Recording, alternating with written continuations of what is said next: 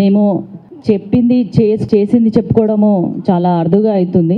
కాబట్టి విమర్శలు చేసే వాళ్ళు అదే పని మీద ఉన్నారు. కానీ పని మీద ఉన్నాం కాబట్టి ఎక్కువ బయటకు వచ్చి చెప్పలేకపోవడం కూడా మా డ్రాబ్యాక్ అవుతుంది. అట్లా జరగకుండా ఒక శుక్లపక్షం అంటారు, అంటే ఒక అమావాస్య నుంచి పౌర్ణమి రావడానికి దాదాపు 14 రాత్రులు 15 రోజులు పడుతుంది.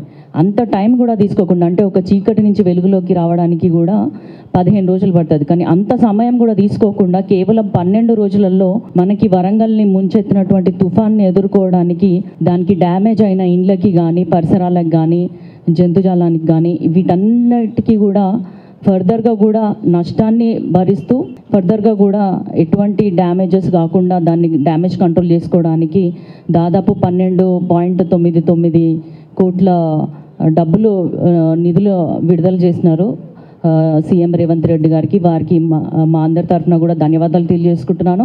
ఇదంతా కూడా స్టేట్ డిజాస్టర్ రిలీఫ్ ఫండ్స్ అయితే మనకి సెంట్రల్ కూడా ఉంటుంది, నేషనల్ డిజాస్టర్ మేనేజ్మెంట్ అథారిటీ అని. దానికి మన ప్రైమ్ మినిస్టర్ సారథ్యంలో నడుస్తుంది అది. సో అక్కడి నుంచి కూడా మాకు ఎట్లాగో December 1 నుంచి మళ్ళీ సెషన్స్ ఉన్నాయి పార్లమెంట్.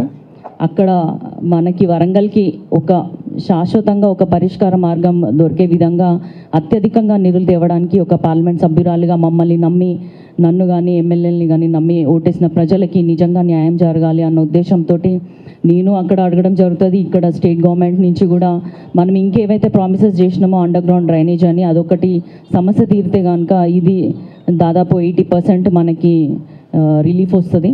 జూబ్లీ హిల్స్ రిఫరెండమా అని అడిగినారు ప్రతిపక్షాలు.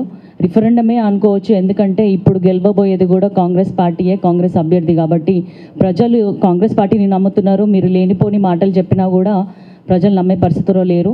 వాళ్ళకి అర్థమైంది సిచ్యువేషన్, రాష్ట్రము ఆర్థిక పరిస్థితి కొంచెం తక్కువగా ఉందని వాళ్ళకి అర్థమైంది. కాబట్టి మేము ఏదైతే హామీలు అమలు చేస్తామన్నామో అవి ఖచ్చితంగా అమలు చేయడానికి ప్రయత్నిస్తూ ప్రజల ముందుకి చాలా గర్వంగా, చాలా ప్రేమతోటి, బాధ్యతతోటి మేము వెళ్తామని మీ అందరూ తెలియజేసుకుంటూ సెలవు తీసుకుంటున్నాను. Thank you.